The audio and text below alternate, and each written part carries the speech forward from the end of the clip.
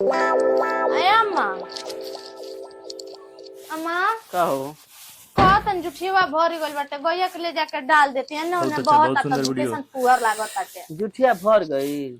बताव रतिया न खाली करके रखू यही बेरा जुठिया भर गई। इतना इतना जियान करबू तो कहाँ से आई। मान ली के जानबूझ के जियान नहीं खेनु करत बनैले रही पापा के संती में चल गमी अगिया खाए तो उहे के संतिया तो बचल बा। तो लोग के चाहे कि थोड़े थोड़े खाना बना के रख दे। जब आदमी के भूख लगे तो बना देवे के चाहे तब बना के रख दे तो लोग धरी के नुकसान ना होई। अब माने घर में लोग बैठल बा तब का मतलब ये नहीं नु कि दिन भर बनाते करतू रहो। अब पार नहीं लगी तो लोग के बनावल। एगो हमनी के जुग रहल के दिन भर में चूल्हा जरा के बनाव करते रहनी करत करत भगई खिया जात रहल। बस फर्क ई बाकी अब घरे करता नहीं आ तब लोग के करत रहनी। आज उहे कइलका के सिर जौले बानी है तना बारी बगीचा खेत घर दुआर तो खाता लो पियता लो ऐसे बाड़ा लो। हमेशा रो रही है बात कहनी बताई कोइले बानी तो केकरा खातिर कोइले बानी बेटा पतोई खातिर न कोइले बानी तो उनास करी के दूसरा का रे कौन ह हम तो बड़की माई का काम बताओ। उ कुछ न उनसे को काम रहला बड़की में जानलू। भाभी सुतल बड़ी तबीयत खराब बा। दवाई खैली ह? हाँ सजे में दवाई करा के हुए खैले भी सुतल भी आराम नहीं किया। कमेंट जरूर करें। का बाड़ी ते उ बकलंडे हुए का रे बार बार कहत तबीयत खराब बा सुतल बिया। बताओ का काम बा। न उहे बोलैले रह आ कौन का मोसे रहल रे बताओ ना हमरा से बताओ लग निके का। फाल लगाव खातिर बोलावत रही हो बड़की माई। अरे गांव भर के फाल हमार पतो ही लगावे आ ते चले खेला करे फाल लगावे के बड़की माई। देखत नहीं तोरो दे नेवत नहीं के कब हे घरे कब हो घरे घूमत रे भई बड़े घर घूमनी इहे रानिया रही तो ससुरा में साझे जइबे बिहाने चली अइबे। ई नहीं के सोचत कि माई खेते में काम करते त जाई हाथे पत्ते करा दी त भाभी भाभी करे चली अइलू। बड़की माई तू कितना बोले लू बा पता नहीं कहां से आ जाता है। दुल्हन ए दुल्हन का है मां अब अम्मा काहे के भगा देनी अब गंगोत्री बनी तो रहनी है भगाई नहीं इतना निमन हमारा टोला पड़ोसा वाला ना केनो के लगे बैठी है ना बैठे दी है। का होते मान ली रोड बनी तो खेते बाड़ी चल जानी घर में क्यों रहते नहीं कि हमरो निमन ना लागला तो कबो कबो आइले तो बहुत अच्छा। बतियाई तू ना जानता रुका हो जाई। अब नया नोचर बाड़ू यही से नहीं कुछ जाना टोला पड़ोसा के बारे में आ केकर पटीदार निमन बना सो हो। इहे पटीदार हम सके हमने के दिन लाचार रह गिरल है तो जियल दुश्वार कइले रहना स उठल बैठल काल कइले रहना स। लेकिन आज हमार दिन ठीक भइल बताया के रउओ तोरो भाभी भैया दादी सब लगौले बना स गाड़ी में बांस कइले रहत रहना स। का मां आउ बसवा निकल बांस निकले वाला बा हो जबले बुढ़िया मरी ना तबले बांस जरी ना। पटीदारी के कोइल करावल को भुलाला नाही। तू ना कतरू निमन बाड़ी स तो के बार बार कहतन के कुल के लगे बैठा मत हयाई ल से निमन बिया का ये छोट छोट रहना स त लाठी लेके पड़ल रहना स पूरा खानदान के मारे खातिर। तो मान ली हम कुल देखले जन ले नहीं की जोन देखतन तो न करमाइल बन तब से हम लोग आइले जाए ले खाली खेल सब होते बता हम आज निमन बनल बा स मीठे मीठे बनल बा स ना तो यही कुल के कोइल धइल कि हमनी के जियल दुश्वार रहला। ऐसे तक के कहत तनी कि घर में नून रोटी चटनी कुछ मिले खा के पड़ल रह नए कुल के लगे बैठ आ ना बैठा। अच्छा लगा तो कमेंट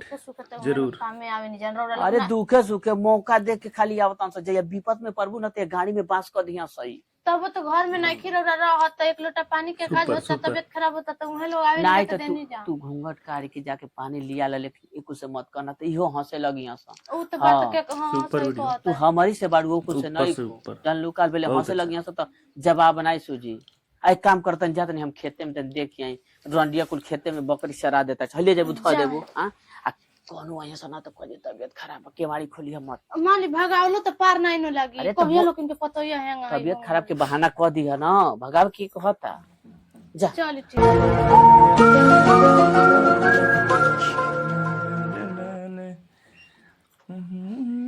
ए भाभी भाभी बहुत सुंदर बड़की में बाड़ी दबले रह। नहीं आई बैठे मर दुका खिलाड़ी डराई रहनी बैठे पे अरे आइल नहीं बहनों के भगा देलिए देखली नहीं तू देखनी तो हम बैठे कोहा तरीके हमरे तो ही के तबीयत खराब बाटे वो बड़ी झूठ बोलत तड़ी हो। ई नहीं कहनी खिलाड़ी की भाभी अकेले बानी तो तन चली उनकी लगावा टाइम पास हो जा हम घर में अकेले रहे नहीं काहे हो बड़की में त डाइन बैठल बाड़ी और तू बेला दांत से काटली सर खिलाड़ी के केंगा बतियावे नहीं हम इतना अच्छा हो करे बाद ये भाभी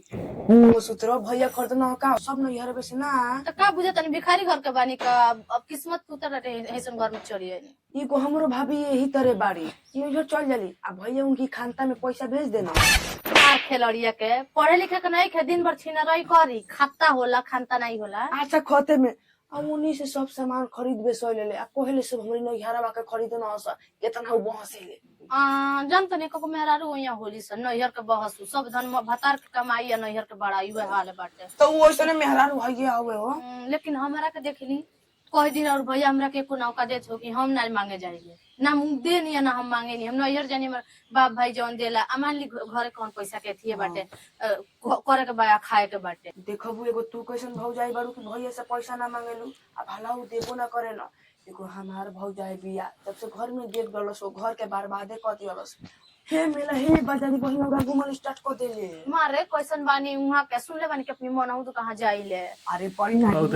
बताई वीडियो अच्छा लगा तो कमेंट जरूर पटदारी हो गए सब लोग कहले पटदारी के सारा पतो ही नहीं मने हम नहीं तो काहे ना कैसन खानदान से आ गईनी। अरे बाबी फुला गेल तनी मोबाइल दे मोबाइल के फोन लगल के बा कहां गइल बानी चाची जी। अरे सुबेरे के बाजारी गइल बिया हो लेकिन रौरी भैया के टाइम भइल बा फोन आवे के वहां के ड्यूटी से छूटल होके बा बिजी बताई त हमरा के लागे सुनावे 4 गो बा हमार नाम बता दिए द बाद में होतिया ले भैया से हां तो जल्दी लेके आई। हां ठीक है अम्मा आते हो कम खिलाड़ी। कमेंट करें और चैनल के सब्सक्राइब भी कर लें और साथ साथ शेयर जरूर। तो का करिए बिला दे तो बताओ सेफ्टी से तो रखते बनी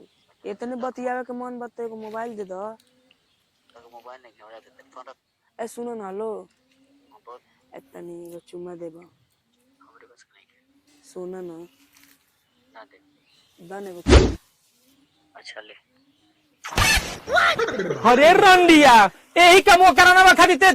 खेत में देखे जाते रंडिया यही खाती आज देखना तो जवानी जाके मेरे भवतिया सबतिया अरे बेला जी तो नहीं के दोस्त की ये काम होते कइले बड़े अरे रंडिया इतना तो जवानी चालू तो होई थी ना माई गलती ना माई अरे रंडिया तना गांव में केही लड़की बड़े रंडिया मरे बड़े नाक कटा के रखले बड़े जेल दुश्मन कर दे बड़े भाई तो ऐसे के बुझाते रंडिया कोई तो गलवा के मोबाइल रे रंडिया अच्छी नरी बोल अच्छी नरी बोल भाभी के कौन है भाभी के पिंटू बो चल तो और रंडिया के बताई हम ओकर रंडा पर निकाल दी हम चल पाही नौ के लगावत तनी मारे गलती हो गई तो मार बहिना ए बहिना का रे का चिल्ला करे तना अरे पतो के करनामा अरे भय लका बताऊ जैसन बाड़ी वैसन और बेटियों बनाओ ताड़ी आखिर भय लका बतेबे तब ना भइल जाना का अपनी पतो ये तो पूछी क्या भइल के कल मोबाइल देबे हमारी बेटी के तेरी बेटी के मोबाइल ले जाकर घरे पहुंचलो से ना मोबाइल देबे को ललुआ हो हम मोबाइल देनी है ये के आइलो नहीं कहत नहीं भाभी मोबाइल देबू अम्मा के लगे बतियावे के बता बढ़िया से छीन के लेके गइनी बड़ा यहाँ के साथ खेलन बानी ए कुल के समारोह के बाद हमारे पतोई के आके कुछ कहियो ना अपनी बेटी के रहन नहीं की देखत नहीं और रहन लेके आइए दादा तारे पतो ही तरी करे जा बच्चा के बतिया होतिया ओकरा लाज बा कि सासू के सामने कोने के बतियावे के चाहिए ई तबे लइका बिया तरी पतो ही कम से कम सोचे के चाहिए कि नाही आय हाय होय लइका बिया रे होय लइका बिया लीले के गुलर कहाए के लइका हुए हाल बा जवन घंटा बढ़े ना बतिया कहा अपन इज्जत नहीं की देखत लेके बेटी पकड़ाई बिया तो दुआर पर जाके हल्ला करत ताड़ी बड़ी पतो के पछ खिंचता रहे तब ये बताई के कर मोबाइल है के कर नहीं है बोले कुत्ती बोल सभी नहीं के देन बारे माई इंटर भाई आइले हम लोग गया की कहतरी है हमर भाई 4 नंबर मांगत रहल तो ये हमर नंबर दीवाइली सुन ना सुन लो का होई सही बात है हां तो अपनी मां तो बनबे करिलो साथ मुस खा के बिलार बोली भगठी आई रे हमर भाई तो के पीछे पड़ गइली के भाभी अपने भाई के नंबर दे दो हम नहीं देली तब मोबाइल में से निकाल लेली जब ना तब मोबाइल में लेके चलावत रही देखी के बतियावत ताड़ी सा चोरी का कसीना जोरी बतियावत ताड़ी सा हां तो तू ही ना बार-बार कहत रहलू बात कर ली तब ना कहनी बाप रे इतना निमन बन तारू महतारी के नाम पे मोबाइल मांग के ले गइलू आ तालो के यही करनिया से अम्मा कहत रही कि इहे पतर के होई सन पुरखा पुरानिया कमरा में कइले गइलू अब हमनी पे परल बड़ू आवाज निपटा जान तारो देखो तनी केना ऊंचा हो जाला जनावा जान हाय बड़ी निमन भइल बारू ना अपनी पतो के कह दा कि हमारी बेटी के बुलावल मत करियन आ घर में घुसावल मत करियन जब ना तब बुलाओ तड़ी अपने जने खाली बाड़ी ना बेटी के समझा ताड़ी खाली चल रे हां देखे मैं मोबाइल ए मोबाइल ले दे के जा सा मोबाइल कइले बाड़ू हर पताड़ू पहलो के बुझले बाड़ू जने चालू ना रहलू जोन करे के तन कर लिए जोन करे के आइए दादा पूरा हड़प के धो देला